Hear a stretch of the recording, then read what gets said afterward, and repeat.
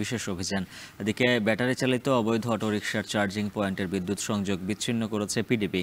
এ নিয়ে বিস্তারিত জানাতে নগরীর শামীমাবাদ এলাকা থেকে যুক্ত হচ্ছেন সহকর্মী সন্দীপন শুভ। শুভ, জানাবেন বিশেষ এই অভিযান নিয়ে বিস্তারিত আর কি তথ্য রয়েছে, আর ব্যাটারি চালিত অটোরিকশার চালকরা কি বলছেন? উজ্জ্বল, আমি রয়েছে সিলেটের শামীমাবাদ এলাকা এবং এটা কানিশাল এলাকা। এই কানিশাল এলাকায় কিন্তু আজকে তৃতীয় দিনের মতো যে অভিযানটি পরিচালিত হচ্ছে এবং এখানে কিন্তু অতিরিক্ত জেলা ম্যাজিস্ট্রেট সহ এখানে যারা রয়েছেন, বিশেষ করে পুলিশ এবং র্যাবের সদস্যরা রয়েছেন এবং তারা কিন্তু এই অভিযানটি পরিচালিত করছেন। মূলত এর কারণ হচ্ছে যে ব্যাটারি চালিত যে অটোরিকশাগুলো রয়েছে, সেই অটোরিকশাগুলোর যে চার্জিং পয়েন্ট, সেই চার্জিং পয়েন্টের বিদ্যুৎ বিচ্ছিন্ন করার উদ্দেশ্যে কিন্তু এই অভিযানটি পরিচালিত হচ্ছে। এবং আপনি জানেন যে নতুন পুলিশ কমিশনার যখনই আসেন সিলেটে এবং তিনি আসার পর থেকে কিন্তু ঘোষণা দিয়েছিলেন যে সিলেটে কোনো ধরনের অবৈধ যে অটোরিকশা রয়েছে সেগুলো কিন্তু আর চলবে না। এই জন্যই কিন্তু তারা মাঠে নেমেছেন এবং তৎপর রয়েছেন এবং এখন পর্যন্ত 5টি পয়েন্টে তারা কিন্তু বিদ্যুৎ সংযোগ বিচ্ছিন্ন করতে পেরেছেন। এবং আমি যেমনটি জানছিলাম যে এখানে কিন্তু যেমন পিডিবি রয়েছে, বিদ্যুৎ উন্নয়ন বোর্ড, সেই বিদ্যুৎ উন্নয়ন বোর্ডের কর্মকর্তারাও কিন্তু রয়েছেন এই অভিযানে।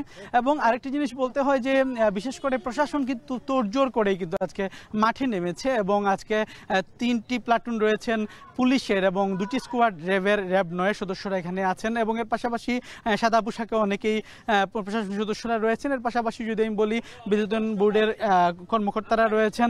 এর পাশাপাশি আমরা যদি বলি একটু যে সর্বমহলের কিন্তু একটা এখানে সহযোগিতা রয়েছে। এর পাশাপাশি তারা বলছেন যে যত তাড়াতাড়ি সম্ভব সকল চার্জিং পয়েন্ট তারা উৎপাদন করবেন, কারণ লোডশেডিং সহ নানা কারণে কিন্তু বিশৃঙ্খলা সৃষ্টি হয় এবং সড়কের যে শৃঙ্খলা, সেই শৃঙ্খলা ফেরানোই কিন্তু মুখ্য উদ্দেশ্য বলছেন যিনি আজকে যার তত্ত্বাবধানে আজকে হচ্ছে, অর্থাৎ ডিসি ট্রাফিক মাহফুজুর রহমান কিন্তু তেমনটি আমাদেরকে জানিয়েছেন। এর পাশাপাশি আজকে যিনি ম্যাজিস্ট্রেটের দায়িত্ব পালন করছেন মাহমুদ আশিক কবির কিন্তু বলছিলেন যে এই সিলেটের শান্তি শৃঙ্খলা সহ যানবাহনের শৃঙ্খলা সহ সবকিছু সুষ্ঠুভাবে পরিচালনা করার লক্ষ্যেই কিন্তু এই অভিযানটি পরিচালিত হচ্ছে এবং এই অভিযানের মূল মেসেজটি হচ্ছে যে যত তাড়াতাড়ি সম্ভব অটো রিক্সা সহ যত ধরনের ব্যাটারি চালিত রিক্সা সবকিছুই যাতে এবং সুন্দরভাবে, বিশেষ করে সুন্দরভাবে যাতে মূলোৎপাটন করা যায়। এর পাশাপাশি যদি আমি বলি যে সিলেটের আরও যেগুলো মোটরসাইকেল বা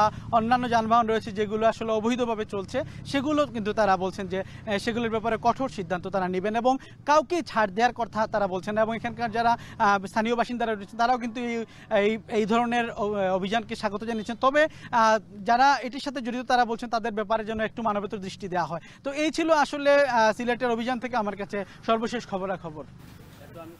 সন্দীপন শুভ জানাচ্ছিলেন সিলেট থেকে যৌথ বাহিনীর অভিযানের সবশেষ খবর।